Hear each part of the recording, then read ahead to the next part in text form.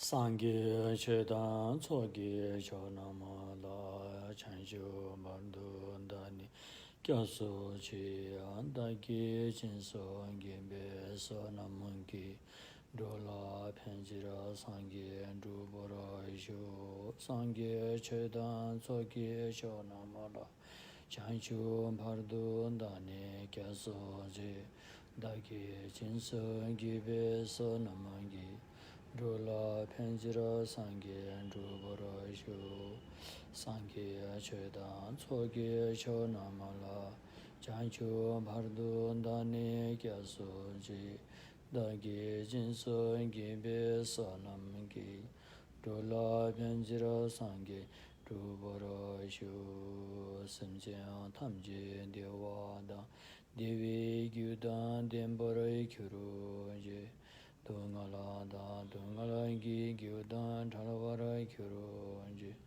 dungala mebe dewa da midavara kyuronji ngiriyan chaudan dan dhawe tanyam la nemba kyuronji apane zawe lama rinpoche dagi chivuro pe men den shune kadin chimbe gone jisonde Kusan toge ngandu samdo sola sashi beji yujin ame to jam rirabo lingshi ngide gyambandi sangye shindo minde ambulwayi dukuna namda shindo chobarajo guru buddha bodhi sato sapariva Ratna Mandala Puja Meka Samundra Sabaran Samaye Wa Simjyanam Ki Sampada Luye Cheta Chitawara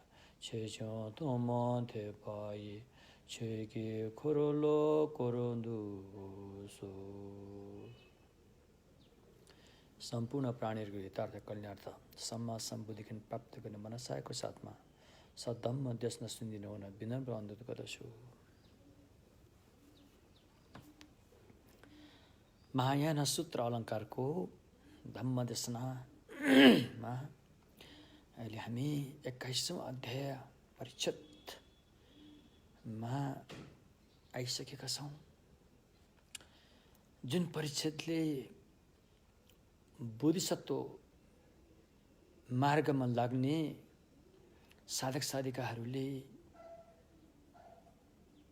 के कस्ता सद्गुणहरू प्राप्त गरेर अन्ततगत बुद्ध भूमिमा पुगेर सम्मासम भगवान बुद्ध बनेर के कस्ता सद्गुणहरू प्राप्त गरेर अनन्त कालसम्म प्राणीहरूको हित गर्न सक्षम हुन्छन् त भन्ने बारेमा अध्ययन र अध्यापन गर्दैछौँ र त्यसको साथसाथमा हामीले केही ध्यानको बारेमा पनि चर्चा गर्दैछौँ भगवानको सम्यक मार्गमा ध्यानको ठुलो स्थान छ धेरै किसिमका ध्यानहरू छन् ती सारा ध्यानहरूलाई समेट्दाखेरि दुईटा ध्यानमा समेटिन सक्नुहुन्न अब हैन समथा ध्यान विपස්සना ध्यान र भगवानको सम्यक मार्गको परम्परा अनुसार समथा र विपස්සना दुई ध्यान मध्ये सर्वप्रथम समथा ध्यानलाई नै अपनाइन्छ र समथा ध्यान केही हदसम्म राम्रो हुँदै गएपछि अनि विपස්සना ध्यानलाई पनि समथा ध्यानको साथसाथमा लगेर गइन्छ तसर्थ सर्वप्रथम समथा ध्यान गर्न नितान्तै जरुरी छ समथा ध्यान तब तपाईले गर्न सक्नुहुन्छ जब तपाईले यो सांसारिक मोज मस्ती प्रतिको आसक्तिबाट दूर रहन सक्नुहुन्छ तब मात्रै समथा ध्यान हासिल गर्न सकिन्छ किनकि यो सांसारिक मोज मस्ती भनेको त कति दिनको लागि हो क्षणभर छ चुड्की भर भने पनि हुन्छ धेरै दिगो छैन। तपाईँ त दिगो सुख भोग्न चाहनुहुन्छ, दिगो समस्याको समाधान गर्न चाहनुहुन्छ। त्यसैले यदि हामी दिगो सुख समाधान चाहन्छौँ भने यी झिनामिना सुखहरूलाई छोड्नुपर्ने हुन्छ, त्याग्नुपर्ने हुन्छ। तसर्थ दिगो सुख हासिल गर्नको लागि यो लौकिक सांसारिक सुख जो छ यसप्रतिको आसक्तिलाई छोड्नुपर्ने हुन्छ। तब मात्रै दिगो सुख हासिल गर्नलाई समता ध्यानको सफलता प्राप्त हुन सक्छ। र यो लौकिक सुखमा हाम्रो अत्याधिक बानी परिसकेको छ। हामी यसरी टाँसिन पुगिरहेका छौँ कि जुगा टाँसे जस्तो गरेर हामी टाँसिन पुगिरहेका छौँ। एउटाबाट निस्किन खोज्यो अर्को आइलाग्छ, अर्कोबाट निस्किन खोज्यो अर्को आइलाग्छ। झन्झन यसको यात्रा त झन्झन लम्बिँदै गए जस्तो हुन्छ। सांसारिक सुख भोग मोज मस्ती भनेको प्यास लागेको मानिसले नुन पानी खाएर प्यास बुझाउन खोजे सरह नै हो। प्यास बुझ्नको साटो झनै प्यास लागेर आउँछ, त्यसको अन्त छैन। बुद्धिमानी व्यक्तिले यो सच्चाइ बुझेर छोटो सांसारिक मोज मस्ती प्रतिको आसक्तिलाई छोड्नु छ। त्यो तब मात्रै तपाईँले छोड्न सक्नुहुन्छ जब तपाईँले यसप्रति गरेको आसक्तिको बेफाइदा के छ त त्यस बेफाइदाको राम्रोसँग जानकारी नभइकन तपाईँले छोड्न सक्नुहुन्न। तसर्थ सांसारिक सुख ह्याप्पिनेस भनेको बैलगाडा जस्तै हो। बैलगाडा, गोरुले जब बैलगाडा तान्छ त्यो बैलगाडा एकदमै लोड गरेको हुन्छ, भारी बोकाएको हुन्छ। गोरुले भोक लाग्छ र सडकको किनारमा छेउछेउमा हरियो घाँसहरू पलाएको देख्छ। ऊ त्यो घाँस खाने चाहना राखेर ऊ अगाडि बढ्छ। त्यो घाँस खाने एक मुठी घाँसको कारणले बैलगाडै पल्टेर उसको ज्यान समेत जान्छ। ठिक त्यसै सरह सांसारिक सुख ह्याप्पिनेस भनेको पनि क्षणिक छ, एकदमै छोटो छ, अहिले छ, एकछिनमा छैन। त्यसकारण चाहे हाम्रो यो शरीरको सौन्दर्यता होस्, चाहे हामीले लगाएको लुगाहरू होस्, चाहे हामी अरूले दिएको सम्मानहरू नै किन नहोस्, ती चिजहरू पायो भने हामीलाई खुसी लाग्छ र हामी त्यसप्रति टाँसिन पुग्छौँ। यति नराम्ररी टाँसिन पुग्छौँ कि जुगा टाँसे सरह टाँसिन पुग्छौँ। तर त्यो त क्षणिक छ, त्यो दिगो छैन, त्यो त केही क्षणमै सकिने खालको छ। जब त्यो सकिने अवस्थामा पुग्छ त्यो सकिएर मात्रै टुङ्गिँदैन, त्यसले तपाईँलाई दर्दनाक दुःख दिएर टुङ्गिन्छ। टुङ्गिने बेलामा भले सुरुमा केही आनन्द आए जस्तो होला, तर टुङ्गिने बेलामा दर्दनाक दुःख दिएर टुङ्गिन्छ। तसर्थ यो सांसारिक क्षणिक सुख मोज मस्ती प्रतिको आसक्ति गरेको बेफाइदा के छ त भन्दाखेरि यस्तै कुराहरू छन्।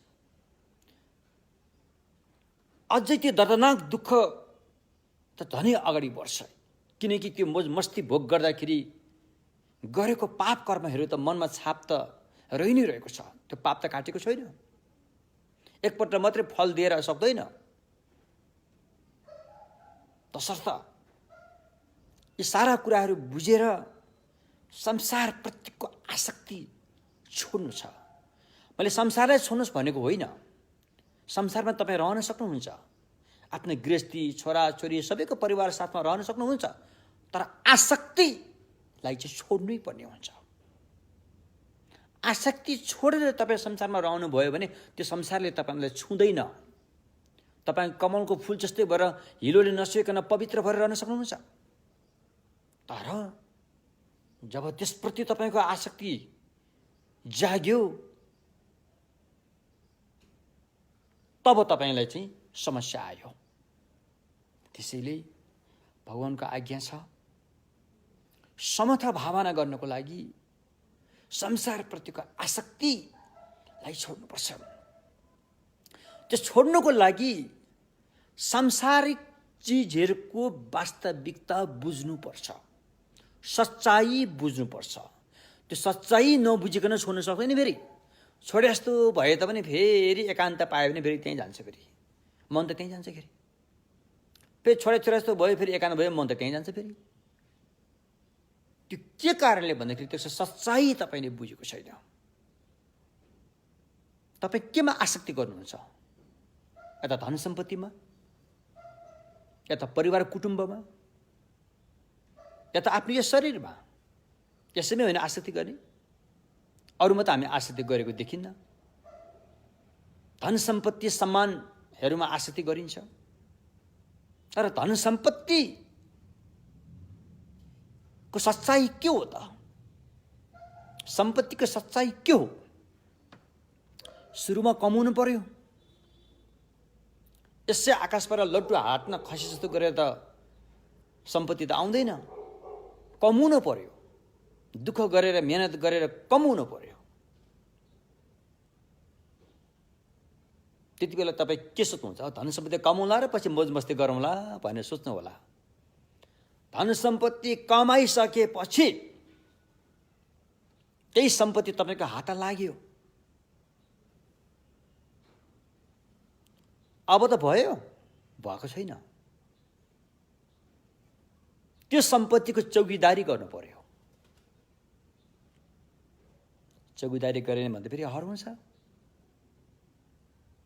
हराएपछि दर्दनाक दुःख हुन्छ। फेरि हरदम हर क्षण तपाईँ धन सम्पत्तिको दास भएर त्यसको चौकीदारी गर्नु पर्यो।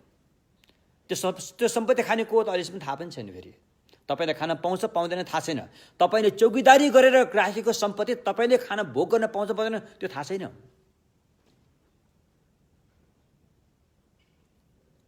तर जतिसुकै चौकीदारी गरे तापनि कमाएको सम्पत्तिको प्राकृतिक स्वभाव भनेको त्यो घटेर जाने हो, त्यो बढेर जाँदैन, त्यो घट्नेवाला छ।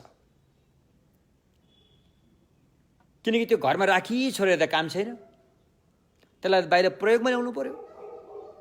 प्रयोगमा ल्याउँदाखेरि विभिन्न बहाना बनेर घटेर जान्छ, घट्दै जान्छ। जब बढ्दै जाने ठाउँमा घट्दै जान्छ, तपाईँ त्यो चाहनुहुन्छ त? तपाईँले त्यो चाहनुहुन्न नि। सम्पत्ति घटेको तपाईँलाई मन पर्दैन, पीडा हुन्छ। अन्तिममा सम्पत्ति के हुन्छ त? कहाँ पुग्छ, कहाँ पुग्छ? तपाईँको हातबाट हराएर जान्छ। कहाँ पुग्छ, कहाँ पुग्छ? धनै पीडा हुन्छ। त्यसकारण सम्पत्ति कमाउँदाखेरि पनि समस्या छ, कमाएर सम्हाल्दाखेरि पनि समस्या छ, अन्तिममा सक्यो। त्यसकारण यो तिनैवटा समस्या सम्पत्तिबाट आउँछ। त्यसैले सम्पत्तिमा आसक्ति गर्न हुँदैन। तपाईँसँग सम्पत्ति होस्, तपाईँसँग रहन्छ सम्पत्ति, तपाईँले प्रयोग गर्नुहोस्, तर आसक्ति गर्न हुँदैन। जब सम्पत्तिप्रति लोभ र आसक्ति भयो भनेदेखि त्यसले बहुत पीडा दिन्छ। अर्को थियो मान सम्मानप्रति आसक्ति गर्ने। कसैले तपाईँलाई प्रशंसा गर्यो, कदर पत्र दियो, सम्मान पत्र दियो, अखबारमा छापिदियो, फलानु हो यस्तो राम्रो रहेछ है, फलानु यदि दान दियो अथवा यो के गरे, यस्तो समाज सेवा गर्यो भनेर तपाईँको प्रशंसा गरे, तपाईँलाई राम्रो लाग्छ।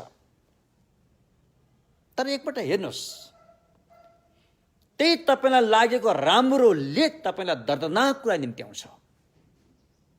तपाईलाई लागेको राम्रो प्रतिको आसक्तिले त्यही कारण बनेर भोलि दर्दनाक निम्ति आउँछ, फेरि दर्दनाक अवस्था निम्ति आउँछ।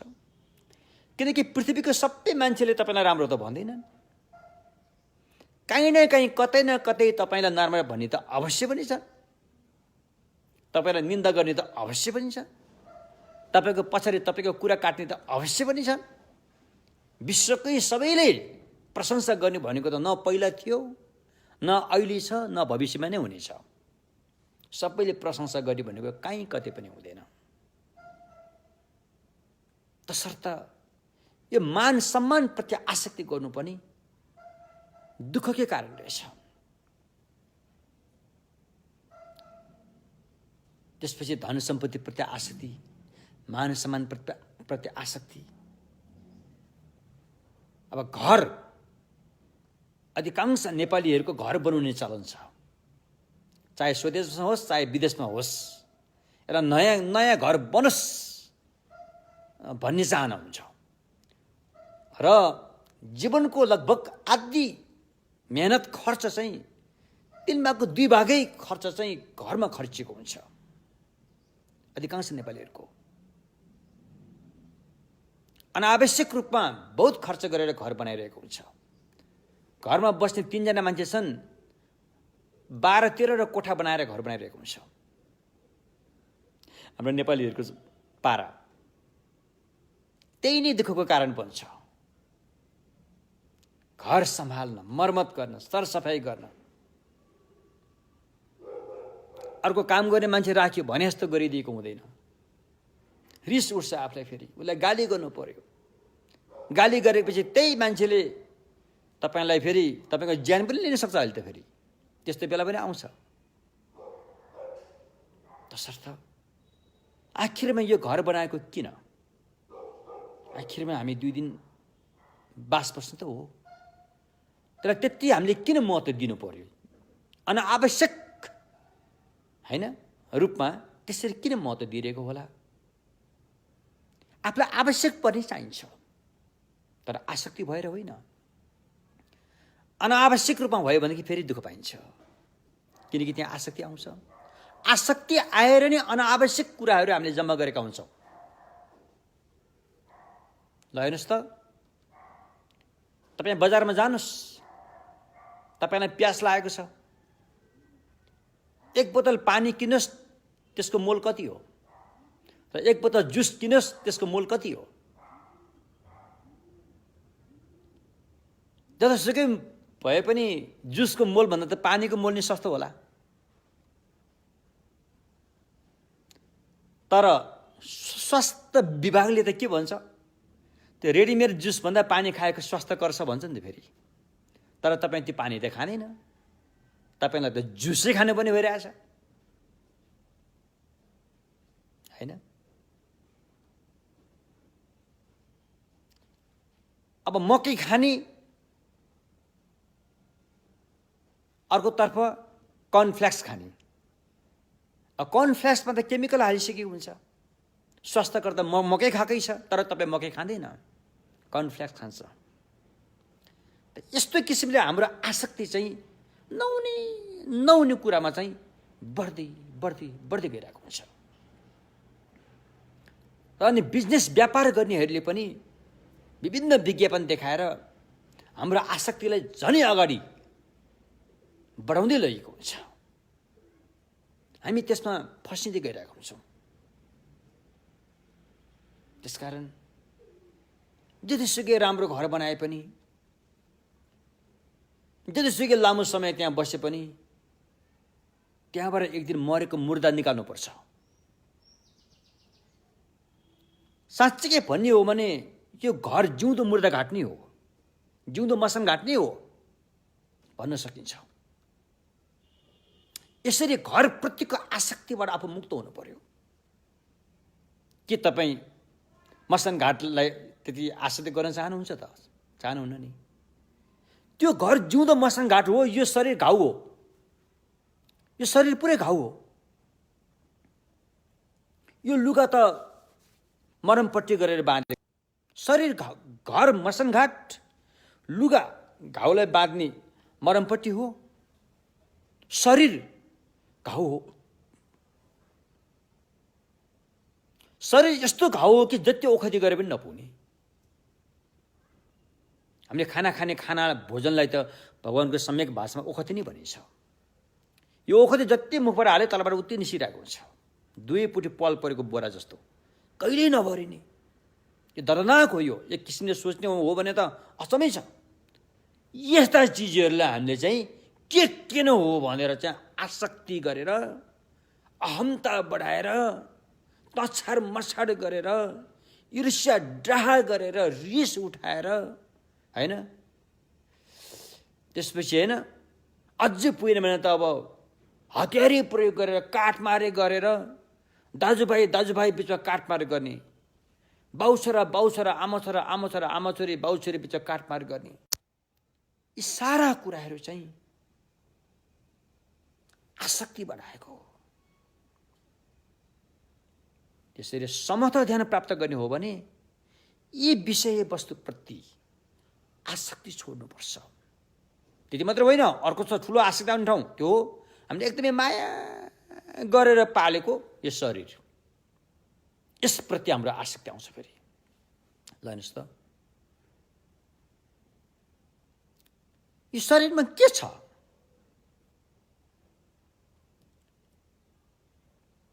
छालाले लिपपोत गरेर यसो ढाकेको छ। छाला काट्न साथ त्यहाँ त दर्दनाक देखा पर्छ, झन् काटे झन् दर्दनाक देखा पर्छ, झन् भित्र गए झन् दर्दनाक देखा पर्छ। यसमा आसक्ति गर्नुपर्ने चिज के छ? के पनि देखिँदैन। यसको लागि म एउटा घटना प्रस्तुत गर्न चाहेँ। भगवान शाक्यमुनि जीवित रहेको अवस्थामा धम्म देशना गर्दाखेरि भगवानको धम्म देशना सुन्न धेरै मान्छेहरू भेला भएका रहेछन्। जब भगवान धम्म देशना गर्नको लागि धम्म गद्दीमा सवारी भयो, भगवानले सबैलाई सम्मान गर्नुभयो। भगवानले सुन्नेहरूलाई सबैलाई सम्मान गर्नुभयो। त्यो देखेर उहाँको आफ्नो सेवक भिक्षु आनन्दलाई अलि चित्त बुझेन। सम्मा सम्बुद्ध भगवानले यस्ता राग रिस मोहले ग्रसित भएको व्यक्तिलाई आफ्नो शिरले अलिकति यसो गरेर सम्मान गर्न त मलाई उचित लागेन भन्ने उसको मनमा आयो। उसले भन्नु चाहिँ सकेन फेरि, किनभने भगवानको अगाडि अब भन्ने अलि अप्ठ्यारो पनि भयो। तर भगवानले त जान्नुभयो कि यो आनन्दको मनमा के कुरा खेलिरहेछ भन्ने कुरा भगवानले त जान्नुभयो। तर भगवानले पनि घुमाइकन आनन्दलाई ज्ञान दिनको लागि यस्तो एउटा माहौल बनाउनु भएछ कि अब यो साँच्चीकै यो सूत्रमा लेखे हो होइन थाहा छैन, तर यो शरीरप्रतिको आसक्ति छुटाउनलाई मैले यो एउटा उपमा बनाएर चाहिँ यहाँ भन्दैछु। तर मैले सूत्रमा चाहिँ देखेको छैन यो घटना। अनि भगवानले भन्नुभएछ, आनन्द, भोलि हाम्रो यहाँ थुप्रै पाहुनाहरू आउनेछन्, अतिथिको सत्कार गर्नुपर्छ। त्यसमा मासु बेच्ने पसलमा गएर के को टाउका भेट्यो त्यतिको टाउका सबै लिएर आऊ भनेर भन्नुभएको रे। अनि आनन्द हुन्छ भगवान भने, पख एउटा मान्छेको टाउको पनि लिएर आऊ है भनेर फेरि भन्नुभएछ भगवानले। त्यसपछि उसले अब के अब त्यो मासु बेच्ने पसलमा के को टाउका छ होइन, त्यो बेच्न राखेको हुन्छ नि टाउकाहरू मरेको, त्यो सबै बटुलेछन् रे। एउटा टाउका पाएन अरे। कुन? त्यो मान्छेको टाउको चाहिँ पाइन्छ अरे। अब मान्छेको टाउको बेच्न राखेको त कहाँ पाउँला? अब भगवानले ल्याउनु भन्नुभएको छ, कहाँबाट ल्याउँ भनेर कति खोज्यो, मान्छेको टाउको पाएन। अनि संयोग बस त्यति बेला एउटा मान्छे मरेको लास मुर्दा श्यामस्थान घाटमा लाँदै रहेछ अरे। अनि त्यहाँ जसो तसो कुरा मिलाएर भगवानले यसरी भन्नुभएको छ भनेपछि ती मान्छेहरूले पनि भगवानको कुरालाई होइन सम्मान गरेर त्यो टाउका दिएछन् रे। अनि उनी लिएर आउँदा धेरै टाइम पनि ढिलो भइसकेछ अरे होइन। अनि भगवानले, आनन्द, तिमी त धेरै ढिलो आयौ नि, पाहुनाहरू त सबै फर्किसके, अब यो टाउका हेरेर जहाँ जहाँ मारेर ल्याएको त्यहीँ त्यहीँ फिर्ता दिऊ भनेर फेरि भगवान्ले भन्नुभएछ अरे। अनि आनन्द भिक्षुले त्यो टाउको लिएर अब बाख्राको टाउकोमा त्यो भैँसीको टाउकोमा कुखुराको सबै टाउको फिर्ता लिन मानेछन् रे, तर मान्छेको टाउको फिर्ता लिन कसरी पनि मानेन रे। मान्छेको टाउको कसैले पनि लिन मानेन। यो मान्छेको टाउको कतिसम्म कमजोर रहेछ त। बाख्रा कुखुरा भेडा भैँसी यिनीहरूको टाउको भन्दा पनि मान्छेको टाउको कति कमजोर रहेछ त, कति कमसल रहेछ त। कसरी लिनै मान्दैन, सित्तै दिए पनि लिन मानेन रे। अनि अरू यो सबै टाउको फिर्ता गरेर मान्छेको टाउको चाहिँ फर्काएर लिएर आएछन् आनन्द भिक्षुले। भगवान् अरू सबै टाउको त फिर्ता लिए, यो त खोइ सित्तै पनि लिन मानेनन् नि भनेछन् रे। अनि भगवान् मुस्कुक्क मुस्कुराएर तिमी के भन्ठान्छौ, तिमी यो मान्छेको टाउको बहुमूल्य भन्ठान्छौ, यसको मूल्य हेर अब कति रहेछ। जब मैले अस्ति यहाँ धम्म देशनामा अलिकति अरूलाई मैले सम्मान, यो टाउकोले सम्मान दिएको थिएँ, तिमीले यो टाउकोलाई खुब ठुलो भन्ठान्यौ नि, ल अब तिमीले बुझ्यौ यो टाउको मूल्य कति रहेछ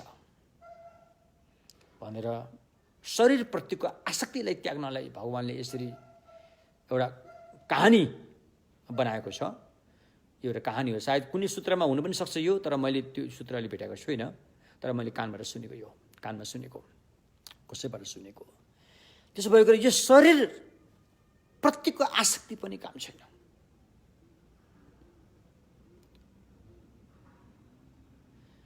शरीरप्रति आसक्ति गरेर, शरीर मात्र होइन 2 इन्च जिब्रोलाई आसक्ति गरेर हामी हुने नहुने खान्छौँ, नहुने चिज खाइरहेको छौँ।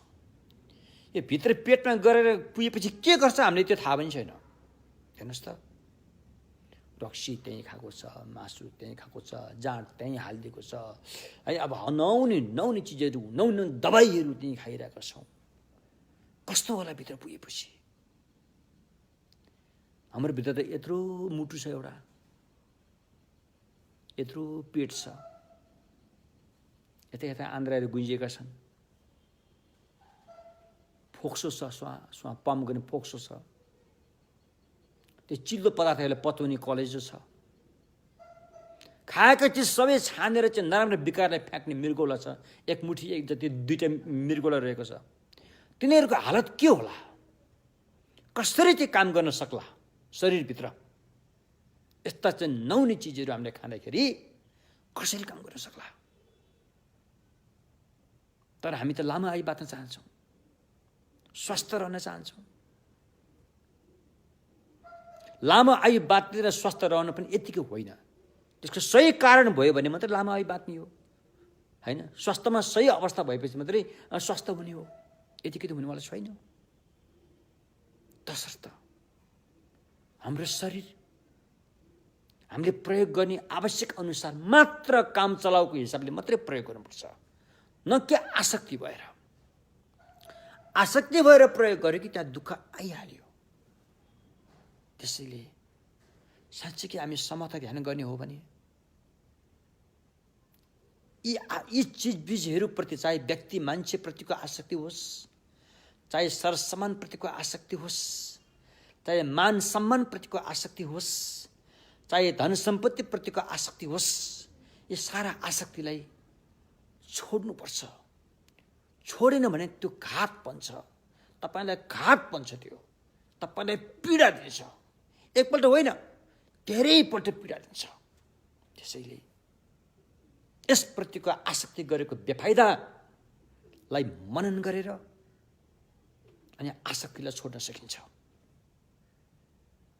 अनि हामी त्योभन्दा माथि स्तरको ह्याप्पिनेस के छ त, त्यसतर्फ मन तानिन्छ। त्योभन्दा माथिल्लो स्तरको ह्याप्पिनेस त के हो त भन्दाखेरि त मन चिन्ता मुक्त भएको, सच्चाइको दर्शन पाएको यस्तो अवस्था हो नि त। त्यो प्राप्त गर्नलाई अनि तपाईँको जाँगर जाग्छ। किनकि यो झिनामिना कुराले त तपाईँलाई छोडिसक्यो, अब तपाईँलाई त्यसलाई फर्केर हेर्नेवाला छैन। फर्केर हेऱ्यो कि फेरि चिप्ले, फेरि त्यसकारण अनि तपाईँ अगाडि बढेर अनि समर्थ ध्यान तपाईँले जाँगरका साथ सही ढङ्गले गर्नुभयो भने धेरै दिन लाग्दैन समर्थ प्राप्त गर्नलाई, धेरै दिन लाग्दैन। सही ढङ्गसँग मेहनत गरेछ भने केही समयभित्र नै तपाईँले समर्थको केही हदसम्म प्राप्त गर्न सक्नुहुन्छ। समर्थले पनि धेरै अहिलेको त्यो झिनामिना सुखभन्दा त धेरै उच्च कोटिको हासिल गरिसकेको हुन्छ, धेरै कुरा राम्रा सद्गुणहरू हासिल गरिसकेको हुन्छ। तर भव संसारबाट चाहिँ मुक्त भएको हुँदैन। त्यो मुक्त हुनलाई चाहिँ अनि विपස්සना ज्ञान चाहिन्छ, समर्थको साथमा विपස්සना ज्ञान चाहिन्छ, तब मात्रै भव संसारबाट मुक्त हुन सकिन्छ रे। हो यसरी मैले अतिरिक्त रूपमा समर्थ ध्यान गर्दाखेरि हामीले सांसारिक कुराप्रतिको आसक्तिलाई छोड्नुपर्ने बारेमा बताएँ। अब हामी मूल विषयमा जाउँ। हिजो हामीले भगवानसँग 10 बलहरू हुन्छन् भन्ने कुरा मैले बताएँ। यो 10 बललाई अलिकति राम्रोसँग स्पष्टसँग बुझ्न नितान्तै जरुरी छ। 10वटा बल सम्मासम बुद्धत्व प्राप्त भोलि तपाईँको कुरा गर्दैछु मैले। भोलि तपाईँले सम्मासम बुद्धत्व प्राप्त गरिसकेपछि तपाईँसँग 10 बल हुनेछन्, 10वटा बल हुनेछन् होइन। त्यो 10वटा बल के हुन् त भन्दाखेरि सबभन्दा पहिला यो 10वटै हामी भनिरहनु पर्दैन। 10वटा बल मध्ये सबभन्दा पहिलो चाहिँ कर्म हेतु फललाई जान्ने बल नै हो। कर्म हेतु फललाई जान्ने बल चाहिँ 10 बल मध्ये पहिलो बल हो। यदि यो पहिलो बल बुझ्न सक्यो भने अरू सबै तपाईँले सजिलैसँग बुझ्न सक्नुहुन्छ, बाँकी 9वटा सजिलैसँग बुझ्न सक्नुहुन्छ। कर्म हेतु फल जुन पुस्तक अब निस्किनै आँटिसकेको छ, हामीले नेपालीमा अनुवाद गरिसकेका छौँ, त्यसको टाइप हुँदैछ। कर्म हेतु फललाई जान्ने बल हुन्छ। कर्म हेतु फललाई जान्ने ज्ञान अन्यहरूसँग पनि केही हदसम्म हुन्छ, तर कर्म हेतु फलको मसिनो सारा कुरा जान्न सक्ने खालको बल चाहिँ सम्मासम भगवान बुद्धसँग मात्रै हुन्छ, अरूसँग हुँदैन। त्यो सानो उदाहरण, मुजुरको प्वाख रङ्गी बिरङ्गी बुट्टा भरेको छ। त्यो कुन कर्मबाट त्यो बुट्टा भरिएको हो त? मुजुरको प्वाख। त्यस्ता किसिमका मसिना कर्मका फल हेतुहरूको चाहिँ भगवान सम्यक सम्बुद्धले मात्रै जान्नुहुन्छ, अरूले जान्दैन। हो त्यस्तो कर्म हेतु फलको बारेमा मसिनो किसिमले बताउन सक्ने सक्षम व्यक्ति चाहिँ सम्मासम भगवान बुद्ध हो। इतिहासमा उहाँ बाहेक अरू अहिलेसम्म छैनन्। अरू धार्मिक ग्रन्थहरूमा आफ्नै किसिमले बताएको छ। अलिअलि कर्मको बारेमा भनौँ, अब हिन्दू धर्ममा अलिअलि कर्मको बारेमा व्याख्यान पनि गरिएको छ। जस्तो गीताहरू, अहिलेको चर्चित हिन्दू धर्मका केही ग्रन्थ गीताहरूमा कर्मको बारेमा कर्मयोग भनेर व्याख्यान गरिएको छ। तर फल दिने त अर्को कोही छ अरे, फेरि त्यसरी व्याख्या गरिन्छ। फेरि त्यहाँ पुरै कर्मलाई जिम्मा दिँदैन। कर्म गर, फल चाहिँ मेरो हातमा हो। मलाई खुसी पारिस् भने फल पाइस्, मलाई खुसी पारिनस् भने फल पाइनस् भने त भयो। त्यो एक किसिमले त्यस्तो खालको किसिम होइन। एउटा भगवान छ, भगवानले खुसी पार्यो भने हामीले कर्म गरेपछि भगवानले हामीलाई फल दिन्छ भन्ने एउटा मान्यता छ त्यहाँ होइन। त्यही भएर कर्म गर फलको आशा नगर भनेको जुन गीतामा भन्यो भने त्यही हो कि फल दिने नदिने तेरो हातमा छैन, मेरो हातमा हो भन्न खोजेको थियो। भगवान सम्यसम बुद्धको मार्गमा चाहिँ कर्म गर, सही कर्म गर, फल स्वतः तेरो हकमा छ। त्यहाँ कसरी दिने नदिने भन्ने कुरै आउँदैन। कर्म राम्रोसँग गरेपछि, चाहे राम्रो कर्म होस् चाहे खराब कर्म होस्, कर्म गरेपछि फल पाउँछ। त्यहाँ दिनेवाला कसैको त्यहाँ जरुरी पर्दैन। मतलब दिनेवालाको इच्छामा भर पर्दैन होइन, इच्छामा उसको खुसीमा भर पर्दैन भन्न खोज्यो। उसको खुसीमा भर पर्दैन। कर्म गरेपछि फल स्वतः पाउनुपर्छ। भन्ने चाहिँ भगवान बुद्धको भनाइ हैन। त्यसकारण कर्म हेतु फललाई स्वीकार गरिसकेपछि तपाईले जीवनमा के कस्ता कर्म गर्नुहुन्छ त्यही अनुसार फल तपाईले पाउनुहुन्छ हैन। राम्रा कर्म गर्नुभएको छ भने सुख दिने फल पाउनुहुन्छ। पाप हुने कर्म गर्नुभएको छ भने दुःख हुनुपर्ने फल पाउनुहुन्छ। यसको जिम्मेवारी तपाईँ आफै हुनुहुन्छ, कसैले घान हाल्नु पर्दैन। यसको जिम्मेवारी तपाईँ आफै हुनुहुन्छ, तपाईँ आफै हो भनेर मान्नु पनि पर्छ।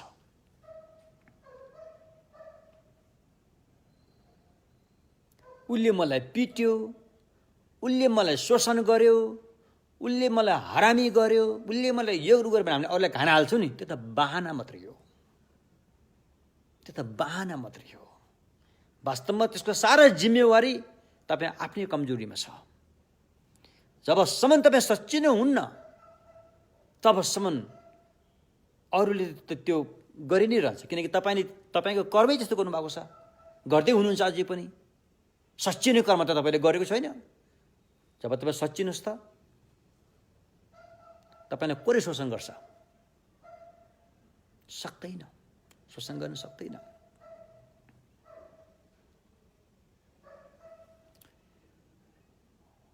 हिजो आजको एउटा भनाइ छ, अब यो चाहे यो वैज्ञानिक भनाइ भनौँ, चाहे यो कार्ल मार्क्सको भनाइ भनोस्, नमिल्ने तत्त्वहरू बीचमा भएर के अरे भनौँ न, बिउ रोपेर धानको बिउ रोपेर धान उम्रिन्छ नि त, धानको बिरुवा उम्रिन्छ नि त। धानको बिउमा मल जल सबै हालेपछि त्यसले धान उमार्ने काम गर्छ अरे। यो चाहिँ अहिलेका कम्युनिस्ट सिद्धान्तले पनि त्यही मान्ने हो, भगवान बुद्धले पनि त्यही मान्ने हो। मान्ने त त्यही हो, तर मान्यतामा फरक छ। कम्युनिस्ट सिद्धान्तले के भन्छ? धानको बिउ रोपेपछि त्यहाँ मलजल त्यहाँ सङ्घर्ष हुन्छ हैन, सङ्घर्ष हुन्छ, एक अर्कामा हानाहान हुन्छ, त्यहाँबाट नयाँ शक्ति उत्पन्न हुन्छ भन्छ कम्युनिस्ट सिद्धान्तमा। भगवान बुद्धको सिद्धान्तमा त्यहाँ हानाहानको सङ्घर्ष होइन। धानको बिउ रोपेपछि मलजलले धानको बिरुवा उमार्नलाई उपकार गर्छ, फाइदा हुने काम गर्छ भन्नुहुन्छ बुद्धले चाहिँ। त्यो सङ्घर्ष भन्दैन, फाइदा हुने काम हुन्छ, उपकार हुने काम गर्छ भनिन्छ। त्यसो भएकोले कर्म हेतु फलको सिद्धान्त भगवान बुद्धको सिद्धान्तको मेरुदण्ड हो। कर्म हेतु फलको सिद्धान्त बुद्धले चाहिँ कसरी यसलाई चाहिँ डिस्कभर गर्नुभयो त भन्दाखेरि प्रतीत्य समुत्पादको नियमलाई उहाँले जान्नुभयो हैन। इदम प्रत्यय, इन्टरडिपेन्डेन्ट ओरिजिनेसन, यो भएपछि त्यो हुन्छ, त्यो भएर त्यो भयो, त्यो नहुँदो हो त यो नहुँदो हो, यो नभएमा त्यो हुँदैन थियो। यो किसिमको प्रतीत्य समुत्पाद र प्रकृतिको नियम चाहिँ उहाँले जान्नुभयो। कसरी विश्व ब्रह्माण्ड र कर्म हेतु फलको नियम अनुसार चलिरहेको छ भन्ने कुरा उहाँले भलिभान्ति जान्नुभयो। जानेर अरूलाई धम्म देशना पनि गर्नुभयो हैन। त्यसकारण कर्म हेतु फलको नियम अनुसार कसैको हत्या गर्यो रे, हत्या गर्न सजिलो हुन्छ त? विचार भनेर हत्या गर्ने त एकदम गाह्रो हुन्छ। हत्या गर्नलाई अलिकति क्रुद्ध या अज्ञानता त्यहाँ अग्रसर हुनुपर्छ। क्रुद्ध, अज्ञानता, आरिस जस्तो कुरा अग्रसर हुनुपर्छ। अनि त्यसले विभिन्न हतियारहरू प्रयोग गर्छ। अनि कस्तो हत्या गर्ने, उसको सास रोक्छ, धेरै गाह्रो छ, रोक्छ। त्यसको छाप त्यो हत्या गर्नेको मनमा प्रिन्ट हुन्छ।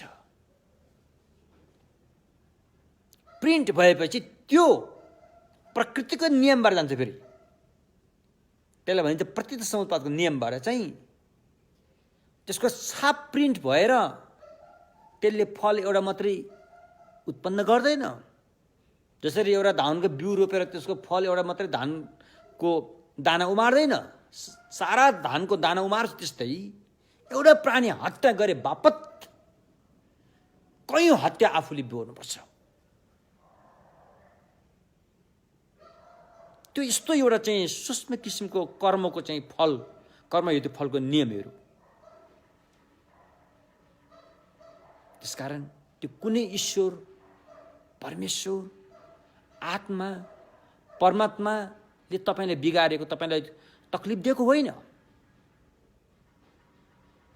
तपाईको आफ्नै कर्मले गर्दाखेरि तपाईलाई तकलिफ भोगिरहनु भएको छ। यदि गतिलो कर्म गरेको हुँदो हो त तपाईँ सुखी नै हुनुहुन्छ। त्यसमा कसरी केही गर्ने कुरा, छल गर्ने कुरै हुँदैन। किनकि तपाईँले आफूले ढाँट्न सक्दैन। अरूलाई ढाँटे पनि, अरूलाई छल गरे पनि तपाईँले आफूलाई छल कपल गर्न सक्दैन। कि तपाईँ जान्नुहुन्छ कि तपाईँको मनमा के आइरहेको छ, त्यो तपाईँले भोलि भन्दै जान्नुहुन्छ।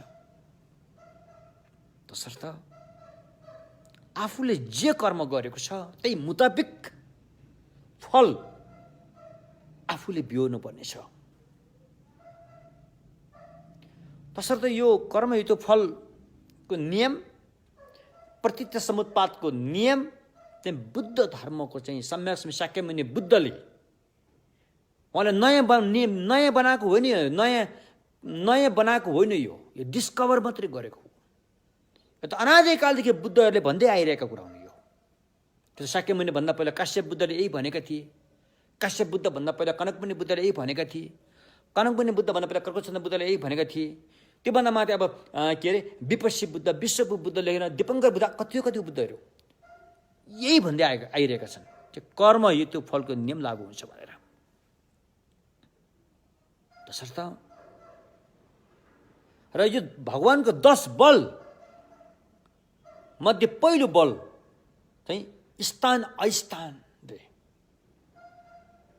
सुख पाउने हेतु, कारण र दुःख पाउने कारण के हुन् त भन्ने बारेमा उहाँले भली भान्ति जान्नुहुन्छ। त्यसरी कर्म हेतु फल जान्ने बल जुन शाक्यमुनि बुद्ध सबै बुद्धसँग यो हुन्छ। यो जानेपछि उपाय संसारबाट मुक्त हुने उपायमा छल गर्ने, जुन छल छ त्यसलाई यसले परास्त पारिन्छ। त्यो छल के हो त भन्दाखेरि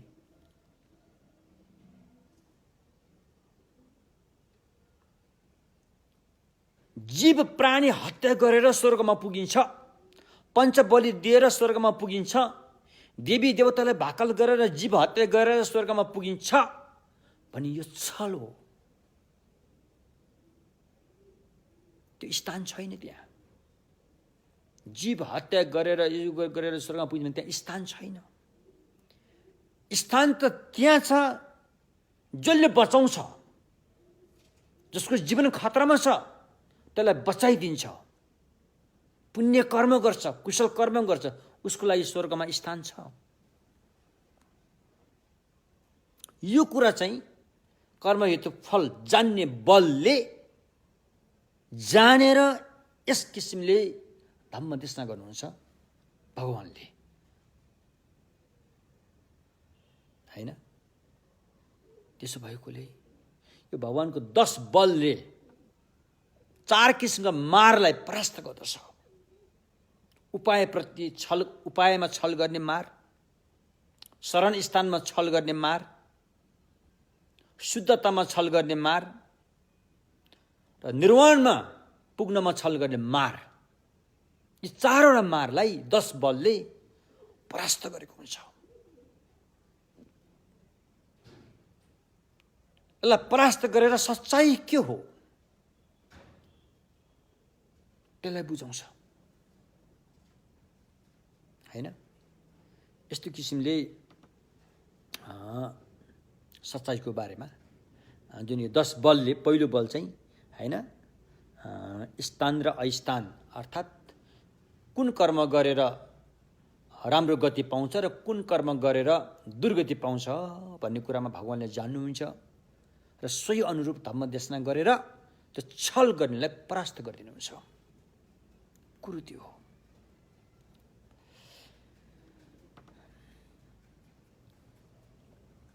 अब हाम्रो नेपालमा विशेष गरेर पहाडी भेगमा, तराईतिर पनि छन्, देवी देवता भाकल गरेर निमुखा पशु प्राणीहरू बलि दिने छन्। हिन्दूमा पनि छन् त्यस्ता शक्तहरूले त्यस्तो गर्दा हुन्। इन्डियामा चाहिँ धेरै छैनन्, केही ठाउँमा छन्। नेपालमा त अधिकांश ठाउँमा त्यस्ता छन्। अब आफ्नो परम्परा भन्छन्, के भन्छन्, के गर्ने त छन् त्यस्ता। इस्लाम धर्ममा पनि त्यस्तै भन्छन्, बकरत के भन्छन्, यसो गरेवाला छन्। तर भगवानको सम्यक मार्गमा त्यो स्थान छैन।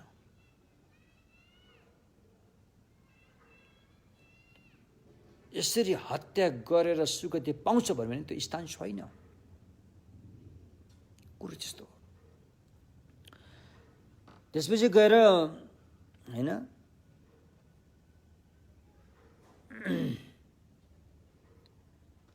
शरण स्थानमा छल गर्ने अर्को मार, जुन अहिले मैले भने शरण स्थानमा छल गर्ने अर्को मार हैन,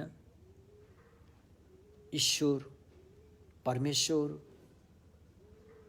हैन, महेश्वर, अब जे नाम दिए पनि भयो त्यसलाई। एउटा कुनै एउटा शक्तिशाली कोही छ, कोही एउटा शक्तिशाली छ, देखेको चाहिँ छैन है, फेरि भेटेको चाहिँ कसैले पनि छैन, देखेको पनि कसैले पनि छैन। तर एउटा भान हुन्छ, कोही शक्तिशाली छ जसले यो विश्व ब्रह्माण्ड चलाइरहेछ। जसरी घरको मूली मान्छेले घर चलाइरहेको हुन्छ, त्यस्तै यो विश्व ब्रह्माण्ड चलाउने पनि कोही एउटा शक्ति छ भन्ने एउटा चाहिँ मनमा ल्याएर त्यो शक्तिलाई खुसी पार्यो भने स्वर्ग पुग्छ। चाहे तपाईँले त्यसलाई ईश्वर भन्नुहोस्, चाहे ब्रह्मा विष्णु महेश्वर भन्नुहोस्, चाहे अल्लाह अथवा परमेश्वर जे नाम दिए पनि त्यो शक्ति छ जसले विश्व ब्रह्माण्ड हाँकिरहेको छ। हामी त मात्र उसको कठपुतली जस्तो मात्रै हो भन्ने सोचेर हामीले अहिले यहाँ जे कर्म गरे पनि हुन्छ, पाप गरे पनि हुन्छ, जे गरे पनि हुन्छ, मात्र उसलाई खुसी पार्यो भने स्वर्ग पुग्छ भन्ने खालको सोच। यस्तो सोचले भनिन्छ शरण स्थानमा छल गर्ने मार। र यस्तो खालको सोचलाई परास्त गर्नको लागि अनि भगवानले फेरि त्यही कर्मयुक्तफलको कुरा आयो। कसैको इच्छा बमोजिम यो संसार चलेको होइन। कसैको इच्छा बमोजिम उसको खुसीले चलाएको भन्ने कुरा होइन। यदि त्यसो हो भने त्यो सर्वशक्तिमान के हो त? कि उसलाई पनि चलाउने अर्को शक्तिवान छ कि कोही? या ऊ अथवा ऊ एक्लैले यो गरिरहेको छ? यदि ऊ एक्लैले यो गरिरहेको छ भने उसले यो कसरी गर्छ त? यो फङ्सन कसरी गर्छ? एकैपल्ट गर्छ कि क्रमैसँग गरेको हुन्छ? एकैपल्ट गर्ने हो भने अब बाँकी उसको काम रहेको रहेन, अब काम त सक्यो होला उसको। तर यहाँ त दाल भात तरकारी तिउनहरू खेतमा रोप्नेहरू सबै क्रमैसँग भइरहेको हुन्छ नि। यहाँ त फेरि त्यही देखिन्छ क्या, यहाँ देखिएको यही छ, सबै क्रमैसँग भइरहेको हुन्छ होइन। उसले एकैपल्ट गरेको होइन, ऊ त्यो क्रमैसँग गर्छ भन्यो भने सर्वशक्तिमान भएर उसले एकैपल्ट किन गरेन? उसलाई क्रमैसँग गर्नुको आवश्यक के पर्यो? कि कसैको उसलाई मद्दत चाहियो? यदि मद्दत चाहियो भने त ऊ त सर्वशक्तिमान भएन। उसलाई मद्दतको पनि आवश्यक पर्दो रहेछ। ऊ एक्लो त होइन रहेछ होइन। उसको इच्छा अनुसार उसको उसो भए ऊ त इच्छाको बसमा पर्यो, सर्वशक्तिमान होइन रहेछ। यस्तो किसिमले थुप्रै प्रश्नहरू चाहिँ आउँछन्। यसको सही जवाब पाउन यति सजिलो छैन। जवाब त देलान्, तर दिएको जवाब चाहिँ सन्तुष्ट हुने खालको जवाब पाउन गाह्रो छ। त्यसो भएकोले भगवानको सम्यक मार्गमा यो विश्व ब्रह्माण्ड कर्मले चलेको छ, कर्मले चलेको छ, न कि कुनै अर्को कुनै एउटा सर्वशक्तिमान त्यसरी चलेको होइन, कर्मले चलेको छ। मैले यो कुरा अहिले यहाँ भन्न चाहिँ त हामीलाई लाग्छ कहिलेकाहीँ जब एउटा सानो घर बनाउन त कति मान्छेको मेहनत चाहियो, यत्रो विश्व ब्रह्माण्ड बनाउँदा कोही थियो होला नि भन्ने जस्तो हामीले भान हुन्छ। तर यो त भान मात्रै हो। प्रश्न अझ जारी रहन्छ कि यत्रो विश्व ब्रह्माण्ड बनाउनलाई त कोही चाहिन्छ भने त्यसले बनाउनलाई त फेरि अर्को कोही चाहिएला नि भन्ने अझै पनि प्रश्न अगाडि जान्छ। त्यसो भएकोले यो सारा विश्व ब्रह्माण्ड यही विश्व ब्रह्माण्डमा बस्ने प्राणीहरूबाटै बनेका हुन्। यी प्राणीहरूका कर्मबाट काहीँ न काहीँ कतै न कतै यो कर्मसँग सम्बन्ध छ, होइन? जसरी अहिले विश्व वातावरणको तापक्रम तातिएको छ, तापक्रम बढेको छ, यो त अधिकांश यो त मान्छेको कर्मसँग जोडिएको कुरा हो। यो मान्छेले म्यानमेड हो नि त यो, होइन? त्यस्तै अन्य कुराहरू, अन्य विश्व वातावरणका कुराहरू पनि हाम्रो कर्मसँग जोडिएको छ। जब जब मानव प्राणीहरूको कर्म सुध्रिँदै जान्छ, प्रकृतिलाई हानि नोक्सानी नपुर्याइकन सुध्रिँदै जान्छ, तब तब विश्व वातावरण पनि सुध्रिँदै जान्छ, वातावरण सफा हुँदै जान्छ। त्यसका कारण हरेक कुरा चाहिँ अलिकति सिधै हेऱ्यो भने त अलिकति अप्ठ्यारो लाग्छ। यो कुरा बुझ्नलाई, विश्वास गर्नलाई अलिकति अप्ठ्यारो लाग्ला।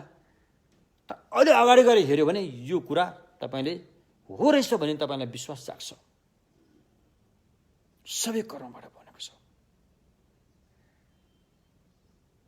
त्यसको जिम्मेवार हामी आफै छौँ, कसैलाई घान हाल्नु जरुरी छैन। तपाईँको भूत भविष्य वर्तमान के कस्तो हुने हो त तपाईँकै हातमा छ, होइन?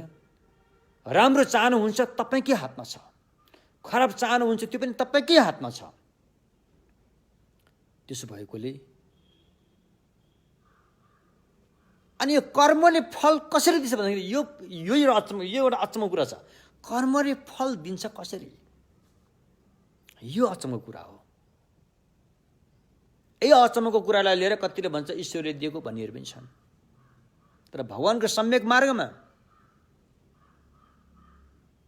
जसरी किसान भकारीबाट धानको बिउ लिएर गएर खेतमा खनेर ब्याड बनाएर बिउ रोप्छ, मलजल गर्छ, अनि घर फर्किन्छ। त्योभन्दा बढी उसले के पनि गर्न सक्दैन। त्यहाँ उसले गर्ने त्यति हो। तर त्यो धानको बिउबाट बिरुवाको रूपमा रूपान्तरित कसरी हुन्छ त्यो त किसानले गर्न सक्दैन। बिउबाट बिउ नष्ट भएर बिरुवा भएर आउने काम चाहिँ कसरी हुन्छ त? यसलाई भने चाहिँ यो भगवानको समय मार्गमा यसलाई भन्छ यो प्रतीत समुत्पादको नियमबाट हुन्छ भन्छ। बिरुवा उत्पन्न हुनको लागि जति आवश्यक पर्ने तत्त्वहरू जब त्यहाँ जम्मा हुन्छन्, पूर्णता पाउँछ र त्यहाँ बाधा हुँदैन, तब अवश्य बिरुवामा रूपान्तरित हुन्छ। धर्मकृतिले, आचार्य धर्मकृतिले प्रमाणवादमा भनेको छ, माछा मेग्यो थेल्लानी डेबु खाङ्गी गो पर्यो, होइन? जब बिरुवा उत्पन्न हुनलाई आवश्यक पर्ने हेतु प्रत्यय सबै त्यहाँ जम्मा हुन्छ, त्यहाँ बाधा छैन भने बिउबाट बिरुवा उत्पन्न हुन्छ। तर त्यो बिउले म बिरुवा उत्पन्न गर्नु पर्यो नि भनेर गरेको पनि होइन। उत्पन्न भइसकेको बिरुवाले अब म उत्पन्न हुने बेला भयो नि, उत्पन्न हुनु पर्यो भनेर भएको पनि होइन। अनि कसरी भयो त भन्दाखेरि प्रत्यक्ष समुत्पादको नियमबाट भयो। यो कुरो बुझ्न नितान्तै जरुरी छ, न त तपाईँले फेरि यो कर्म हेतु फललाई अलिकति तपाईँले बुझ्न गाह्रै हुन्छ होइन। फेरि त्यहाँ अरू अन्य ईश्वर परमेश्वर कसैले चाहिँ दिएको होला, फल वरदान दिएको होला। उयो अहिले हामीले कसै मान्छे घरमा काम गरेर त्यो मालिक खुसी भयो भने पुरस्कार दिन्छ नि, त्यसरी दिएको होला जस्तो लाग्न जान्छ फेरि। त्यसकारण वास्तवमा कर्म हेतु फल चाहिँ भगवान बुद्धको सिद्धान्तमा एउटा मेरुदण्ड हो। र कर्म हेतु फललाई पुष्टि गर्नको लागि अनि प्रत्यक्ष समुत्पादको सिद्धान्त आयो। प्रत्यक्ष समुत्पादको सिद्धान्त आइसकेपछि त्यहाँ अनात्मा कुरा आयो। फेरि अनात्मा भएर नै प्रत्यक्ष समुत्पाद हुन्छ। त्यही भएर भगवानको सम्यक मार्ग बाहेक अन्यहरूले चाहिँ अनात्मा कुरालाई बोल्न नसकेको कारण चाहिँ उनीहरूले प्रत्यक्ष समुत्पादलाई मान्न नसकेर हो, स्वीकार गर्न नसकेर। उनीहरूले त्यहाँ आत्मा छ, अजर अमर आत्मा छ भन्ने जस्तो कुरा, अविनाशी आत्मा छ, त्यो द्रव्य सत छ, मरेपछि फुत्त निसेर शरीरले पुरानो लुगा फ्याँकेर नयाँ लुगा फेरेर जस्तो गरेर जीवन फेर्छ भन्ने कुराहरू भयो। तर भगवानको सम्यक मार्गमा त्यस्तो अजर अमर भन्ने चिज न पहिला थियो, न अहिले छ, न भविष्यमा हुने नै वाला छ।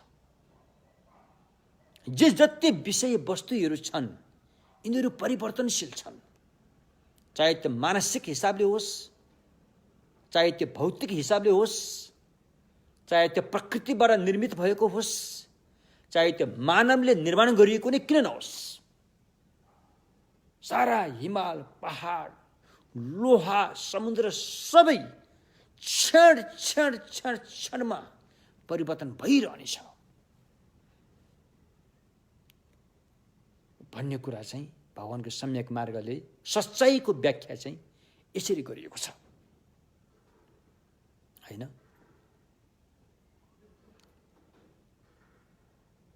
यसलाई भनिन्छ सनातन। सनातन भने के हो? प्रकृतिको नियम जुन व्यापक रूपमा छ, पहिले पनि थियो, अहिले पनि छ, भविष्यमा नै रहन्छ। त्यो भगवान बुद्धको चाहिँ जुन यस्तो सिद्धान्त चाहिँ यस्तोले भनियो सनातन भन्ने हो भने, सनातन भन्ने शब्द चाहिँ यस्तोमा लागू हुन्छ। तर अहिले त खोइ कहाँ हामी सनातन ऊ सनातन भन्छन् क्या अरे सबै ठाउँमा त्यो पनि थाहा भएन होइन। जोस् मतलब भगवान शाक्यमुनि बुद्धले चाहिँ सच्चाइलाई अगाडि सार्नु भएको हो, उहाँले बोध गर्नुभएको हो। हचुवाको भरमा भन्नुभएको होइन, उहाँले बोध गरेर अनुभव जगाएर मैले यस्तो जाने, यो जानेको मेरो समस्याको समाधान भयो, तिमीले पनि यो जान्न सक्छौ, यो जानेर देख्यौ भने तिम्रो पनि समस्याको समाधान हुन्छ। हरेक प्राणीहरूले यो अपनायो भने समस्याको समाधान हुन्छ हैन। समस्या के हो त हैन, जन्म जरा व्याधि मरण जस्ता समस्याको समाधान हुन्छ। त्यति मात्र होइन, यदि यसतर्फ हाम्रो बानी पार्दै साधना गर्दै गयो भने अन्तिममा सम्म बुद्धत्व प्राप्त गर्न सकिन्छ भनेर भगवानले आज्ञा भयो। हस्ते यति भन्दै आजको धम्मदेशनालाई यही विश्राम दिन चाहिँ पुण्य परिणाम गरौँ। सोनम दिए थम्जे शिव थुम्ने पे दाना फम्जे ने केगा ना शिव लन्ठुबा सिपे छोले डोवा डोलो वराइसो।